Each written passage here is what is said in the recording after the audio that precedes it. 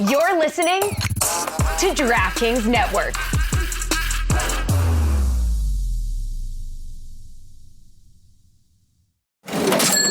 You know that sound. It's the sound of money hitting your Venmo account. A friend paying you back. Or maybe it's getting cash back from your favorite business when you pay with the Venmo debit card. Or it's realizing you can pay with Venmo at checkout at thousands of brands. Now, there are so many more ways to answer the question, what's your Venmo? Download Venmo today. The Venmo MasterCard is issued by the Bancorp Bank N.A. pursuant to license by MasterCard International Incorporated. Dosh Cashback terms apply. This episode is brought to you by Marvel Studios' Captain America: Brave New World, starring Anthony Mackie as Captain America and Harrison Ford as President Ross. Don't miss the explosive return of Captain America as Sam Wilson uncovers a mysterious plot that threatens to destabilize the globe and confront an enemy that has the entire world seeing red. Enter a brave new world in IMAX and 3D this Friday. Get tickets now. Shadow Show. Shadow Show. Shadow Show. Shadow Show. Shadow Show. Shadow Show. Shadow Show. Shadow Show. Shadow Show. Shadow Show. Shadow Show. Shadow in it. Shadow in it. Do we know the whereabouts of Stugotz? Anyone? Yeah, he's flying. He's flying right now? Yeah, he's flying. He said he'll be here at 9:45 or 10. I said, that doesn't work. We tape Cowboys football at 7:30 in the morning.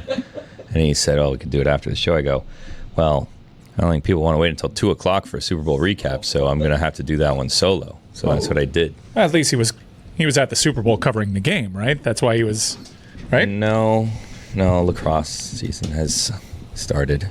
So Stugotz is going to come in. Am I the only one that knows this? Did he not tell anyone? I assumed this was run by someone. I was aware that he'd be late today. Lacrosse went head-to-head with the Super Bowl? Look, it was a week. We don't need to get into it. I want to get into. I don't need to get into it. I don't want to get into that. I want to get into your week. I want to hear about Braxton Berrios flying up with him. I want to hear all of your stories from the Super Bowl. Don't. Was it a miserable experience? Did you not enjoy chasing Stugotz around? I saw more interviews. I saw a God Bless Football YouTube channel has appeared. I suggest people subscribe to that. It's been around. And I saw that a bunch of videos, 19 in one day, ended up on that page.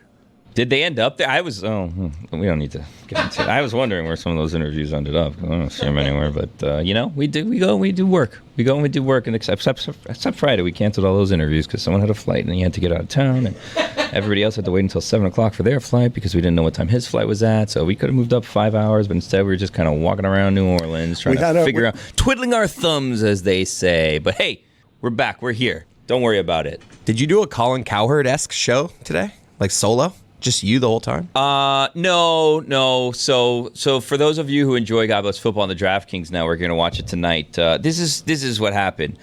I didn't want to wait until 2 o'clock to publish a Super Bowl recap episode because I thought for the podcast listeners that was a little ridiculous. So I did one, and Mikey A was there, Fuentes was there, kind of helping out. So we had a little threesome, if you will. Sometimes some people call it that. A little bit of that, but it was just kind of two of us talking it out, and then through the magic of production, later on the DraftKings Network, all of us will be there because we're going to do another exact same God Bless Football after the show today so that we can get that out on the DraftKings Network. But again, I was going to wait to get the podcast out because people weren't used to the podcast at that time, so I had to give it to the podcast Good listeners. Job, you know what I mean? We just had a meeting with Stugotz about being more considerate about his schedule. I was about to be proud of him for all the hard work that he did. Well, he only Super Bowl. considers his schedule. He's being more considerate of his schedule, only his. Can you guys tell me what you imagine for the people who have no earthly idea what the movie When Harry Met Sally is, what they made of that commercial? If you don't have any context for what that is, if you don't, when's the last time Meg Ryan's been in anything? Like, is there not a generation of people who don't even know who Meg Ryan is? I don't know, but last night my dad called Meg Ryan Meg Griffin, and we all pointed and laughed at him like that one meme with the mannequins. Yeah. That's Family Guy, you idiot. I called Pete Davidson Pete Wentz. Oh, my God. I'm your dad's age. This is how the aging happens. You guys have heard it happen to me here over the last 5 years. You just start misplacing names. But if you haven't seen When Harry Met Sally, and you don't know who Meg Ryan is, and it's a mayonnaise commercial, and all of a sudden somebody is pantomiming an orgasm in a restaurant that you don't know. Risque for the time, risque kind of for now. Risque back then. And I haven't seen a whole lot of I haven't seen a whole lot of sponsors say, you know what I'm going to do? I'm going to pantomime an orgasm. She worked in 2023, but before that, it was 2015. You think she should have had a real orgasm? Is that what you're saying? Yes, that's all. Meg Ryan did the same movie 50 times, right? Yeah. Like in the heyday, Sleepless in Seattle, When Harry Met Sally. Like it was all the same movie over and over again, right? Rom-coms. You've Got Mail. I mean, isn't Liam Neeson? All right, who makes the same movie over and over more? Liam Neeson? Jason Statham. I was going to say not Statham. Or Meg Ryan. This is the Dan Le Batard Show with the Stugotz podcast.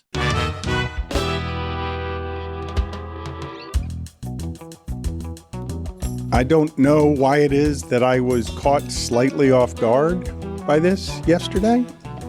But America enjoying that excellent team exposed, not just booing Taylor Swift, but taking what marks for excellence in America's most popular sport, enjoying seeing it lose. I'm not processing what the last 3 years has done for us. In terms of football analysis, this one's easy. We can spend all the time you guys want on the pop culture of the game because the analysis of the game is this simple. When the difference between one team's offensive line and one team's defensive line is that, and one team's defensive line and offensive line is that, and one team has both of the superior units, and it's that overt to the eye where you're like, oh my God, they're just better at all that up front. Throughout the history of football, Pop Warner, high school, college, and pros, that team is undefeated, has never lost a game. When you hold the Chiefs to 23 yards in the first half and you score 24 points on them, that's not the Chiefs you remember. That's the Chiefs that figured out a way to win, and you cannot overcome, not with Spags, not with Andy Reid, not with Patrick Mahomes, those differences up front where they're giant differences, and you're watching and you're like, oh my God, they can't get near Hurts, and they're getting Mahomes every time, sacking him more without even bothering to blitz. It looked just like the Tampa Bay thing all over again. But in that game, Kansas City's offensive line was hurt. In this one, it just got ravaged. I mean, we covered this 2 weeks ago, Dan. It's Nick Wright's fault. Yeah. The Chiefs fans got really loud and really annoying, and there's nothing that people who are fans of teams that don't make the Super Bowl like more than to root against the fans that are very happy. And that was Chiefs fans for the last couple of years. Just wish, I mean, we're speaking about it like it was obvious. I would have sounded so smart had I known that before the game. I didn't know that the difference between along the trenches was what it turned out to be, and I don't think anyone did. And in fact, several people on ESPN were caught within a 24-hour span switching their picks, including Dominique. Like, this was a hard game to predict. It was inside 1.5 points.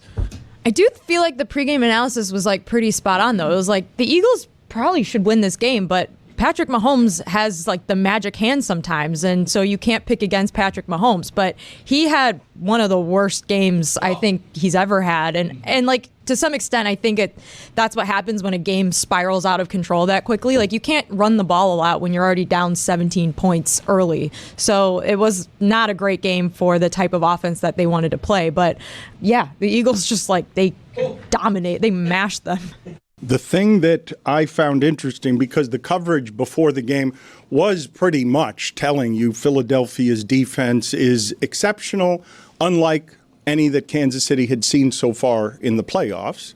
And we knew that Jalen Hurts is maybe Philadelphia's 7th best offensive player at what he does because they've got so many good players. But what we didn't know is that when you match them up, it would look physically like that up front. Like you could be watching the Philadelphia defense all season. You could know that Cooper DeJean is one of the best cornerbacks in the game and was all season. And, I mean, that's the that's the biggest white cornerback moment, pick six in the history of the sport. Name another. Well, I imagine there might be some in the Second? 60s, the 70s. I imagine in the 50s there's something. But There was a Seahorn. no, but that Seahorn got scorched in the Super Bowl. That Seahorn might as well have been playing the entire game with a comb, a brush in his hair. Wasn't there a Lynch? That's John Lynch? Yes, there was a John Lynch. Thank you for clarifying. Yes, thank you. That was. I mean, it took way too long for you to Appreciate you. answer that. well, because you don't safeties. understand why. We're You don't going understand corners. why. Wasn't there a Lynch? You don't know why it is. John Lynch was a safety. He was not. I think Dexter Jackson had a bigger game that time. The number of things that happened in that game, I'm not going to act like I'm unsurprised because, the Chiefs were favored by a point. And so the money was on the idea of, we kind of know that Philadelphia is better, but we're scared of Mahomes, which is how we've been doing it for about 3 years.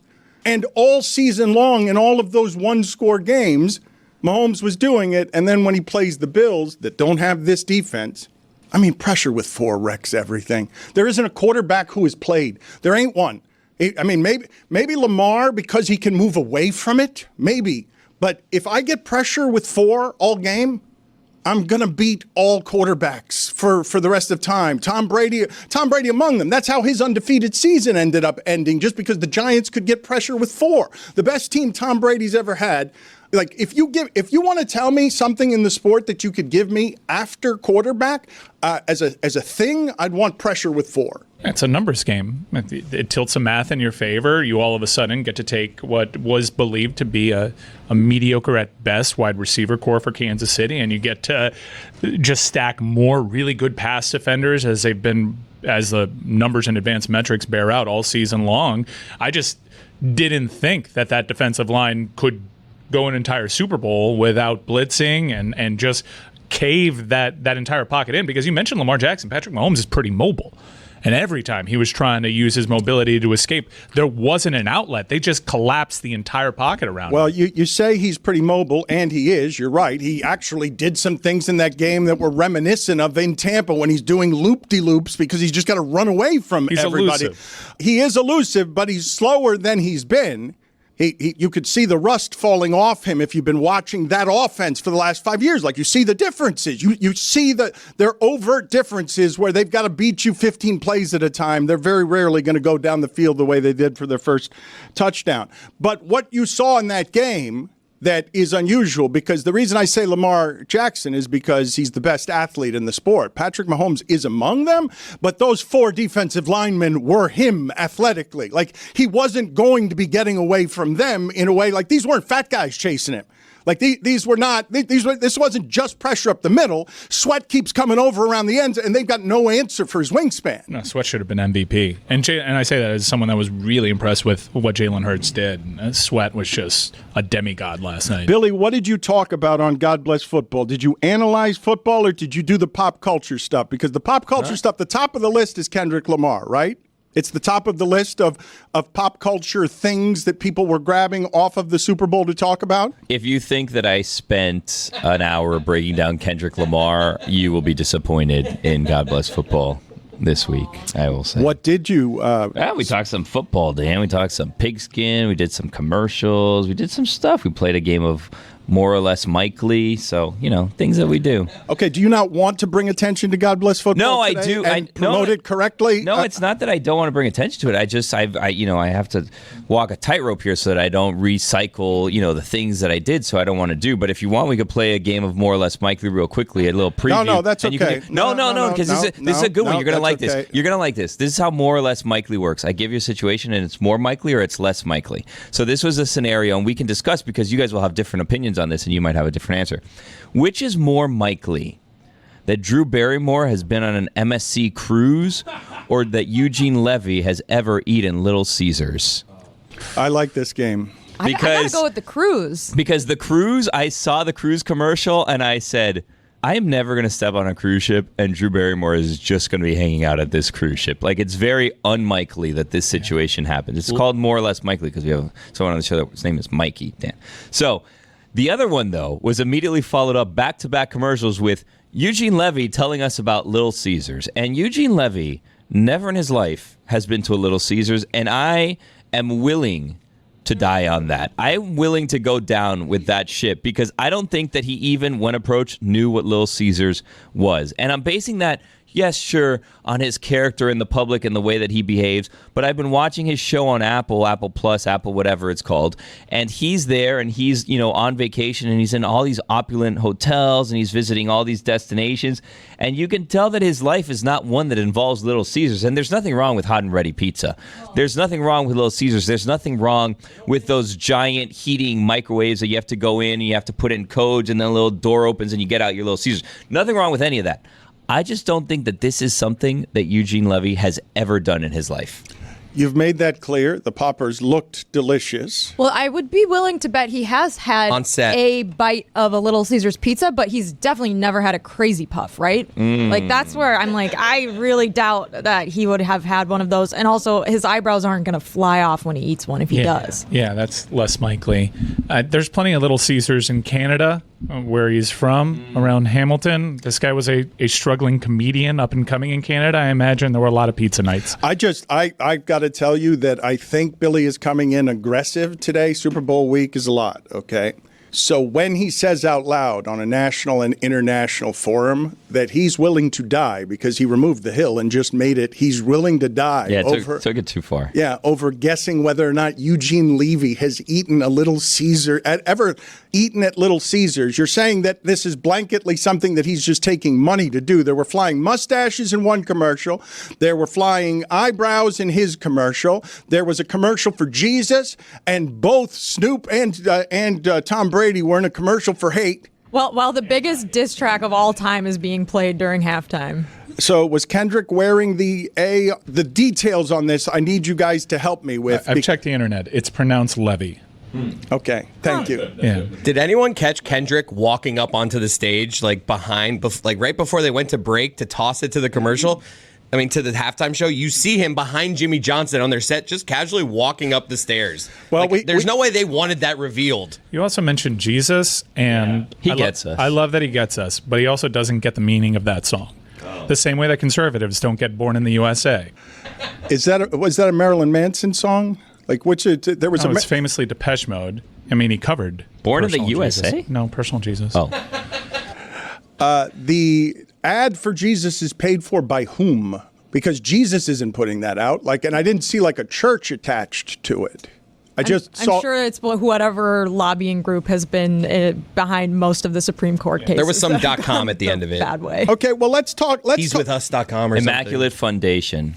So let's talk He gets us as well. a minute about what it is that this whole thing was, because the NFL does big so very well, so gluttonous, so grotesque. That Brad Pitt commercial before the game, so overdone, so overwritten. And you got to be careful there. The reason why it was overdone, because I also felt that a little bit. I'm like, this is a little over the top. And I also realized what New Orleans has gone through. Yes, of course. The coverage, and the coverage did a very good job of all of that. But when Michael Strahan is coming out onto Bourbon Street and saying, this is the time that we come together, it's what we do.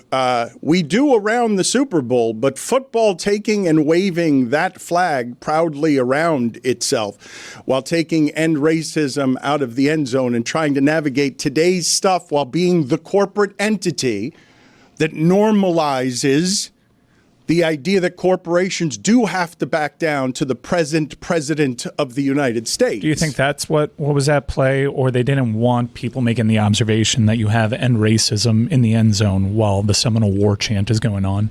The things that they do to package on Fox television are very smartly done.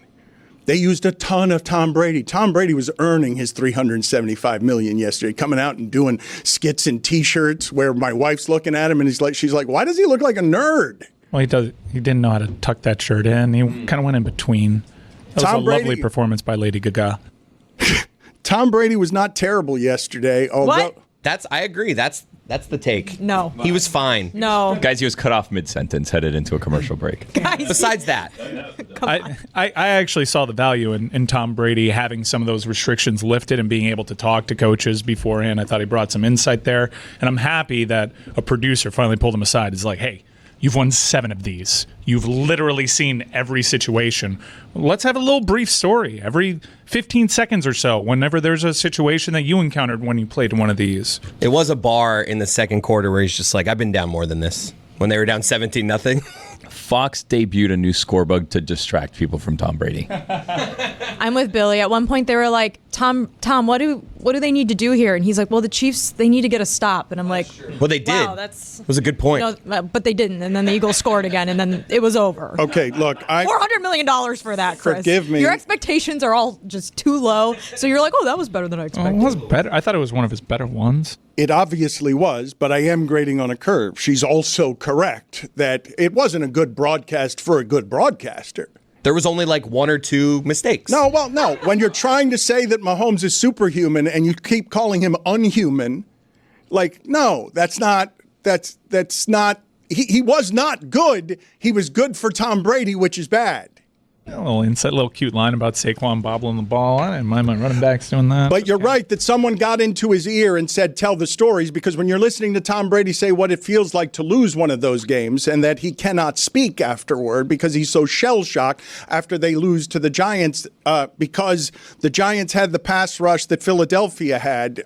Those insights were useful during the game. Greatest quarterback of all time telling you that he slept like a baby the first Super Bowl that he played in, napped and everything, and then by the last one he was nervous, couldn't get any sleep. He could tell you that in a podcast while someone else tells me what's going on in the game. I guess I've always seen more of the novelty and more of the value in simply the greatest of all time to ever do it. I've never had access to the greatest of all time during a game broadcast during the biggest games of all time. I've never had access to their thoughts like that. So the novelty, I do wish he were a little bit more charismatic.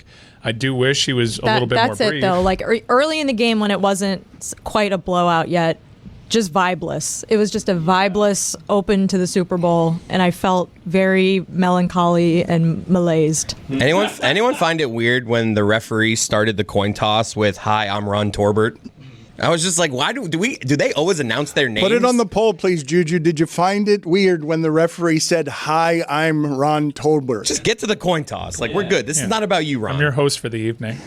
Hello, I'm Ron Torbert. I was like, wow, this is... He might as well just announce his address because he's going to get doxxed. Right after that OPI to open the game, I was like, oh, God, here we go again. What would they do if old Ron would have then told us, like, the law firm he works for right after? Like, I'm Ron Torbert of, Torbert, Ister, and Green. You don't think they would have done the same thing they did to the person who was arrested or detained for holding up Palestine and, because it's in the middle of the game, you do something? So. I don't think it would have been the same. You don't think so? I think you guys underestimate what it is that football will do to protect the sanctity of its sidelines. I mean, in this case, they just sent an old white woman to chase after somebody until he got off the stage and then was promptly tackled. Well, not even promptly. Didn't catch any of that. Shout out to the directors for cutting. They do that so well. Honestly, I don't think we fathom how odd it is to have something that giant go out without many hiccups, except we weren't supposed to see Jimmy Johnson with Kendrick Lamar and Tom Brady still talking as they go to break. The perfection of these things on the details are truly staggering to imagine just the size and scope of what the NFL does best, which is what they do best is giant, is gluttonous. And in that respect, I suppose they can wave the flag on behalf of being representative of a greedy, gluttonous America that spends its Sunday, gorging itself in an American holiday that everyone's a little hungover on today. I can't imagine how bad that flight that Stugotz is on, the red eye, how bad that smells. I mean, it's from Chicago. It's from a totally different but city. It's Super Bowl Monday. It's still Super Bowl Monday. Tony, how much jardinera they eat in Chicago on Super Bowl Sunday, Billy? How are you doing this, Billy, where you think the plane's out of Chicago somehow? Malört farts. Have you ever had you ever have a Malört fart? What the hell was Harry Connick Jr. doing at the opening ceremony? He's famously He's from the New area. That's all it takes to be like walking in the Super Bowl to us? I'm from New Orleans? Yeah. Are you not familiar with how this goes? Let there be a Super Bowl in Miami and guess who they try I out. guarantee you, Harry Connick Jr. was like, I'd like to go to this Super Bowl. And they were like, you know what? You're from New Orleans? Oh, you can lead it. You can be the opening. It's ridiculous. When's the last time he did anything? He's a legend. That's a how legend. Yes. A legend. Yeah, Harry Connick Jr. is, especially to the area. I kind of I had a conversation with an Uber driver about Harry Connick Jr. because we were hearing how he was like at the Kelsey party and all this stuff. The Uber driver was like, his dad was famously a DA here for 20 years. I'm like, I didn't know that. Why would I know that? I was like, was he any good? I'm like, yeah, he was a good DA, which I don't know who keeps like rankings of their local DAs. He's got a controversy tab on his Wikipedia page, Harry Connick Sr. All right, well, let's, okay. Prosecutorial misconducts and innocence on death row is a subheader. Oh, so he was not a good DA. I'm glad we're here. The day after the Super Bowl to talk about Harry Connick Sr. and his record as a DA. If they put him in some part of the broadcast or show him, he's from New Orleans, like, of course. But it's just like he was the first voice we heard. I was like, welcome to the Super Bowl. And then they pan down. And I'm just like, what? I'm with Chris in that, like, I feel like if you were to have a quiz and you were like, is this a Harry Connick Jr. movie? Or is it not? Or is this a Harry Connick Jr. song? Or is it not? I don't think people would do very well on that quiz. I don't think that people would get like passing. Okay. I think C+ is the best anyone in this room could do in terms of what has Harry Connick Jr. done besides be Harry Connick Jr. So please Practical magic. Help me if you would at Le Batard Show. Put it on the poll. Juju, is Harry Connick Jr. Indeed a legend? And have you ever had a Malört fart? No, that's not what I would have. I would have said that if that's what I wanted on the poll. You don't get to just come in here and put that on the poll. I am confused, though, why it is that Billy thinks that a plane coming out of Chicago after the Super Bowl is going to smell any better than a plane coming out of any other city. New Orleans. I mean, it's people are a plane out of Philadelphia today would be a disaster. Okay, so let's think about this for a second. So which do you imagine to be the foulest smelling plane today? The red eye out of blank. Well, it has to be where the Super Bowl was. And which area famously has Malört? You say this, Chris, but I'm not sure that the being at the Super Bowl is more debaucherous than being in your home, eating everything you're eating in your home on a Sunday. I had half of one of those Carvel football cakes. Super Bowl Sunday has become Thanksgiving, has it not? In terms of what it is that you do to your body with the eating, like it's become a second Thanksgiving, has it not? Like, in terms of how people... Stugotz has been arguing for years that this day should be off, that they should have Super Bowl Saturday so that everybody can recover on Sunday from the foul things they did, mourning the end of the football season. Celebrating and mourning. That's what the Super Bowls, by the way, used to be like before all the games were close in football. Like, it used all the time. For many, many years, we complained about how shitty the Super Bowl was. And no one seems to even remember that because all of a sudden, all the games in football are close. So yesterday's happened, and you're like, oh, this isn't as fun at halftime. It's the biggest ass kicking since when? I know Bucs Chiefs was a bit of an ass kicking. Since that same Eagles defense played against TCU in the national championship game 3 years ago. Yeah, I guess Seahawks Broncos was also like a bit of an ass kicking. But that was, I just kept hopping on Eagles Live. It was obvious from the jump.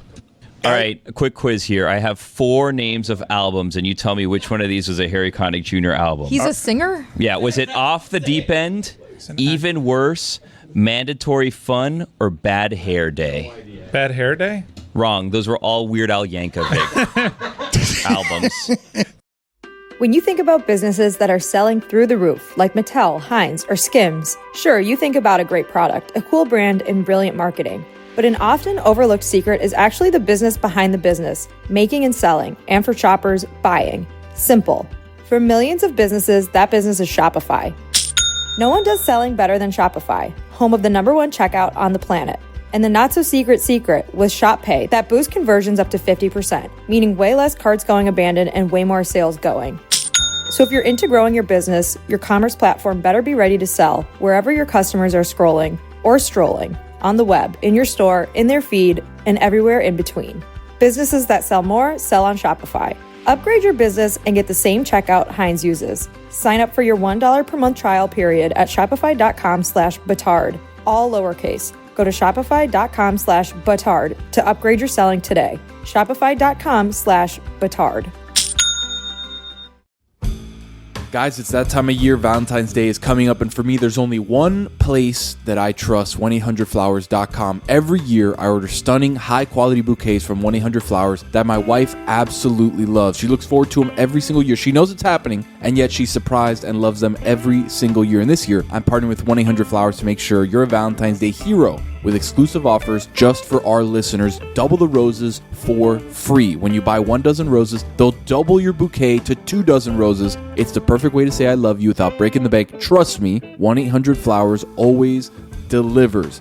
And the roses are incredible, guys. We got the sneak peek of the roses at the Batard Show studios, and they're incredible, all right? Long stem red roses accompanied by an hourglass red vase. Everything beautiful. They're timeless, luxurious, romantic, ready to get you going for Valentine's Day, and the office has never smelled better. Fellas, it's a must-have on this Valentine's Day. To claim your double roses offer, go to 1-800-Flowers.com/Dan. That's 1-800-Flowers.com/Dan.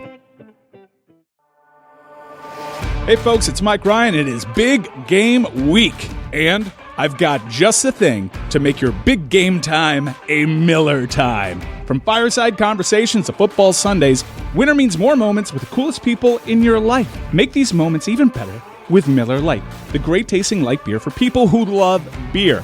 A new year is a perfect time for friends, family, and great tasting light beer. Tastes like Miller time. Miller Lite is brewed for taste. It hits different than other light beers, so when you're hosting your ultimate game day party, why don't you bring out a beautiful silver platter of that amazing white can and know you will make everybody there happy, because Miller Lite is the original light beer since 1975 and still the very best one. Miller Lite, great taste, 96 calories. Go to MillerLite.com/Dan to find delivery options near you, or you can pick up some Miller Lite pretty much anywhere they sell beer. Tastes like Miller time. Celebrate responsibly. Miller Brewing Company, Milwaukee, Wisconsin. 96 calories and 3.2 carbs per 12 ounces. Dan Le Batard. Common thread was Stugotz chumming it up with Aaron Rodgers. Yep. I met my quarterback. Yeah, as you know. Stugotz didn't talk to Aaron Rodgers. Nope. Stugotz thought country music superstar Jake Owen was Aaron Rodgers. They had a 20-minute conversation. Identical twins. I mean, Jesus. Stugotz. Listen, I will never have the relationship with Aaron Rodgers that I have with the guy that I thought was Aaron Rodgers. So the way I mean, that is the greatest conversation I've ever had with my quarterback. This is the Dan Le Batard Show with the Stugotz.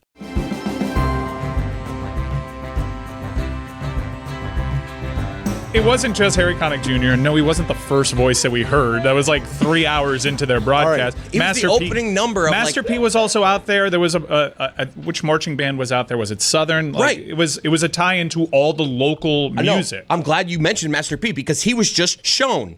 There's Master P walking in. He said, Harry Connick Jr. was like leading, like it was just what he was leading, all right, just to be clear, this started at about 6 p.m. and the game is at 6:30. Master P wants to hop up on there and tickle some ivories. Go ahead, brother. Yeah. Also, 36 men convicted in Orleans Parish during Connick's 30-year tenure as DA have made allegations of prosecutorial misconduct, and 19 have had their sentences overturned or reduced as a result. This is how we ruin everything. This is a bad track record. Digging into the past of Harry Connick Jr.'s father. Can't we just enjoy ourselves for just a moment before we get to the bad behavior that he descends from? I want to know from the audience, because I believe New Orleans to be a great American city, and I think there are very few of them. I don't know. Would you guys say there are 5 of them? I think there are 5 cities in America that are really good, and perhaps even more. No, hold on a second. Great American city. Bones, the bones of the buildings have a certain history that when I tell you his father was a DA, you can imagine that time in New Orleans, because Harry Connick Jr. represents a symbol from a place. Like, this is a place that's proud to recover from things when the cemeteries are above ground there. It's a haunted, wonderful, dark, light city. It's also very French. So I don't know does that make it a great American city because it's like aggressively French. How many great American cities would you guys say there are? Are there 5? Like where there? Because I'm talking about things where the architecture has a history and what it is that Harry Connick Jr. means to those people that I think you're disrespecting when you guys speak of a non-New Orleans attitude, which I understand in not knowing who Harry Connick Jr. is, but I think you're just being disrespectful of what he represents to a region. Represents to. I think most people don't care about Harry Connick Jr. Of all the What people are we to take talking a shot at Harry Connick Jr. No, I didn't even know about his dad. If I knew he was a nepotism baby, I would have supported him. Well, no, I'm just learning about his dad. Well, he's not honestly. technically a nepo baby because he didn't become a DA yet. Right. No, but foot in the door. Honestly, I'm not ripping that he is known for this area, but it's just like there has to be more to the qualification than you're from New Orleans. Okay. When the Super Bowl was here, Trick Daddy wasn't our like number one person out there. It was just like Trick Daddy's here. He's from Miami. Yes. But it's like he doesn't need to be the first singer at 6:20 when I'm tuning in. My daughter's like, "Who is this?" I'm like, "It's Harry Connick Jr." They've trotted out Gloria Stefan. Yeah. This is a time-honored tradition. Didn't The Rock do a whole thing at the last Miami Super Bowl? No, that was L.A. LA. Yeah, he needs to. Are you sure pick a it wasn't place? both? I mean, I don't know if he did it at both, but he did the one in L.A. He did among the pop culture items around the Super Bowl. Nike airs its first Super Bowl ad in 27 years. I don't know who won creatively. I have not checked the internet. The Ben Affleck commercial, Dunkin' Donuts, was that popular again this year? You can call it the Ben Affleck commercial. That was Jeremy Strong's commercial by the end of it. Okay, Bill Belichick was in that commercial. Was his girlfriend also in the commercial? Who was that Yes, next? it was. So. Really? Yeah. That's an interesting thing. It was a very young brunette. And who won yesterday? The Seal commercial was super weird. The cowboy flesh hat commercial was super weird. There was a lot of body horror with the cowboy flesh hat and the flying eyebrows and mustaches. Yeah. Did any of you do the Bill Murray journey excursion when he gave you his email on? None of you did it. None of you cared to do I it. didn't even know he gave it. Yeah, I didn't see that one. Was that midway through the third? When did Bill Murray give me his email? That was the thing? Yeah, I missed that one. Yeah, He gave me his email and I missed it? No, that's someone farting on a plane from Chicago. Yeah. Don't look up his past either. Jeez. He was mean to me one time when it was understandable though. So yesterday, What'd you do? Well, Dan's like, there's like 17 people at this Marlins Cubs game. Bill Murray's there. We'll give somebody a prize if they get Bill Murray on the show. And someone got Bill Murray to me, and then I was vetting Bill Murray. What? And Bill Murray was very offended that I was vetting Bill Murray, and so he decided to not come on when it was 100% Bill Murray. What do you ask? Yeah, you thought it was like a Bill Murray mask? What happened here? No, I was like, it didn't really sound all that much like Bill Murray, so I was just like, well, on It was his on the IMDb, phone. I'm like, what'd you just work on? He's like, I just rapped on City of Ember. Like, why are we doing this? I'm trying to watch the game. that story's amazing, and I'd totally forgotten it. So you're saying that as a call screener, we got somebody to go up to Bill Murray at the Marlins game and call our show. Mm-hmm. And because you were the call screener, you were quizzing Bill Murray on whether he's Bill Murray when we'd interrupted Bill Murray to hand him a phone during the game? Look, in my defense, I think I was meeting it with perhaps just a little bit more scrutiny than I should have, but, I was just making sure that this person didn't get a free $7.90 the ticket If only t-shirt. you had the Chris Cody judgment, you would have just rolled the dice. Sounds like I'm good to go. None of you did this because I found myself doing this with Bill Murray, and I thought that this was creative, what it is that they tried to do, which is send you to an email address so that it feels like you're emailing with Bill Murray, where he's including videos, and you're going on a much longer journey than the 30-second commercial. But I'm on the record as saying that all of these things, none of the products stick with me. I remember the commercials, but not the products. It's something that I've done all my life. Sometimes I'll remember a competing product because my mind doesn't absorb whatever it is that advertising is supposed to do there the way that it reaches other people, I think, because this has never, whenever I talk to you guys about this, it doesn't happen to you. All of you guys would know that the When Harry Met Sally commercial was a mayonnaise commercial, and you'd know the mayonnaise, correct? Like you would, not everyone can do that. I'm particularly poor at it. And especially when they put the name of the company right at the end, where I don't even know what the ad is for the whole time. I'm not the only one this happens to, right? Where I'm questioning after 30 seconds, why did you advertise like that if all you're doing is telling me your product at the end? And by that point, I don't care. Well, I mean, Roy's very good at knowing these commercials. I don't think you're alone in that. I barely remember the commercials. I know the seal was for Mountain Dew, right? That was wonderfully weird. I love that everyone took that chance to just be memorable because you're weird. Make Seal a seal. I feel like that has to get pitched to him every year. Yeah. And he finally was just like, you know what? This is the year. This is the year that he's like, I guess my career is at the point where I'm pretending to be a seal. Every other year, it's like, no! Whoever his agent is, hey, enough with that. It is such a good visual that every year his marketing team, which keeps shrinking, is bringing him the ad, and he's like, fine. Seal's agent answers the phone every year. He's like, hi, this is Seal. No, he will not be a seal. Do you know how many Flex Seal commercials I've turned down?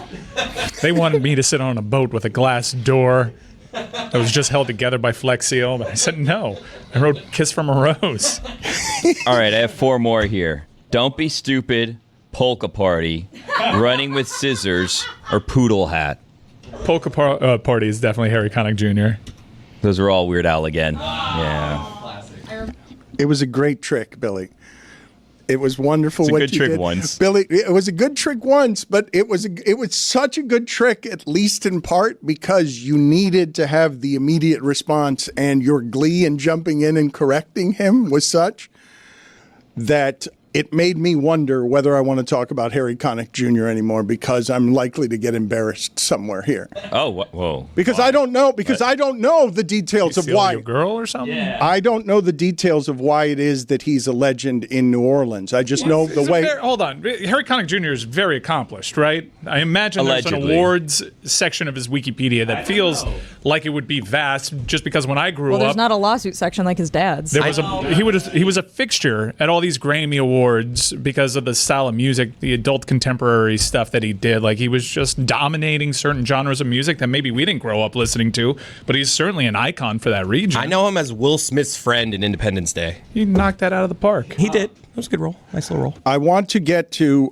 Tom Brady's watch in a second, because the watch, everybody really noticed that this was and you guys will have to explain this to me.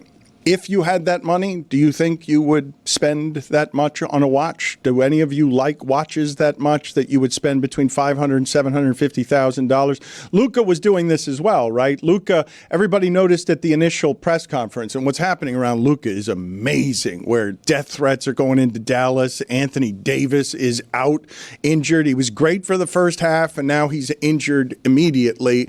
And the Dallas franchise, speaking of Nepo babies, their owner came out for the first time and said that Luka, they don't want around the Mavs someone who doesn't try hard all the time and isn't going to be, somebody who's ready to work hard. We don't want you in the Mavs organization if you're that. And then many people have pointed out, but you're the person who took the Las Vegas Sands. You married into that family, you became the CFO of the Las Vegas Sands, and then you became the CEO, and the market cap fell $7 billion on your watch. The watch. $7 billion. And so a whole lot of people are just enraged still about the echoes of what doing that in the middle of the night felt like to the Dallas Mavericks. So we've moved on to round ball. Yeah. No, not yet. It's a really terrible Super Bowl. I'm not gonna move on to round ball. The but Tim Robinson commercials with Sam Richardson were the best ones. The Totino's pizza rolls with the little alien. Those were my favorite. Yeah. You didn't see that? Was it second half? I kind of checked out. I don't even know. I watched it on YouTube after the game. It sounds like you guys checked out. It sounds like you guys wandered away from the televisions, is what it sounds like to me. I was parked in front of the TV, but this second half, I was just checking my phone. I was in a food coma by Q3. I was like, I might as well just keep eating because I don't have to stay awake. I got to ice cream way too early in the game. I got to ice cream second quarter. Oh, That's my never God. good. Never good. Terrible choice. Put it on the poll, please, Juju, at Le Batard Show. Are you doing it all wrong if the ice cream is in the second quarter? Way too early, man. That's aggressive. I ate a chicken wing after ice cream. Well, sometimes you want... Okay, there was a half-hour gap, but I went to ice cream in the second quarter. Yeah, I know what's going on. You do, yeah. You know what's going on. I do. Yeah. We all do. Yeah, you want the salty, then the sweet, and then, God, after the sweet, you want the salty again. No, I've budgeted my appetite for, look, I'm going to have the main meal, Then I'm going to have the dessert. Then I'm going to want a little something salty. Yes. But then I'm going to want a little something sweet again. And then to bring it all together, a little salty with the sweet. That's right, Coke Zero to wash it down. Put it on the poll, please, Juju, at Le Batard Show. Would you ever have a chicken wing immediately after ice cream? Immediately is misleading. I'm going to do immediately. Look, it's disgusting either way. You can put the time separation in there if you want. I think like 26 minutes after. What was the score when you ate the ice cream, and what was the score when you ate the chicken wings? It was a blowout. That's why I was like, man, this is a bad game. I need some ice cream. Stop trying to apply your societal rules against some munchies. It's just look. We will not conform. No, you can have the munchies. You got to go outside before the halftime show. So when you come back inside from that, you're like, oh, I'm hungry again. What you can have the And why munchies. are you going outside? Why are you going outside for the halftime? To establish the munchies. Okay. Again, you can have the munchies, and you could still be capable of judgment. Yes, you can. But the judgment's impaired. You understand? Everybody at a Super Bowl party that lives this kind of life is stepping out somewhere late in that second quarter, right? Because everyone wants that little pre-halftime show. Well, some of us go gummies. Oh, okay. Slow burn. I like to get there. I like to just swallow them with water and have them kind of time release. You never know. Guys, it's that time of year. Valentine's Day is coming up, and for me, there's only one place that I trust, 1-800-Flowers.com. Every year, I order stunning, high-quality bouquets from 1-800-Flowers that my wife absolutely loves. She looks forward to them every single year. She knows it's happening, and yet she's surprised and loves them every single year. And this year, I'm partnering with 1-800-Flowers to make sure you're a Valentine's Day hero with exclusive offers just for our listeners. Double the roses for free. When you buy 1 dozen roses, they'll double your bouquet to 2 dozen roses. It's the perfect way to say I love you without breaking the bank. Trust me, 1-800-Flowers always delivers.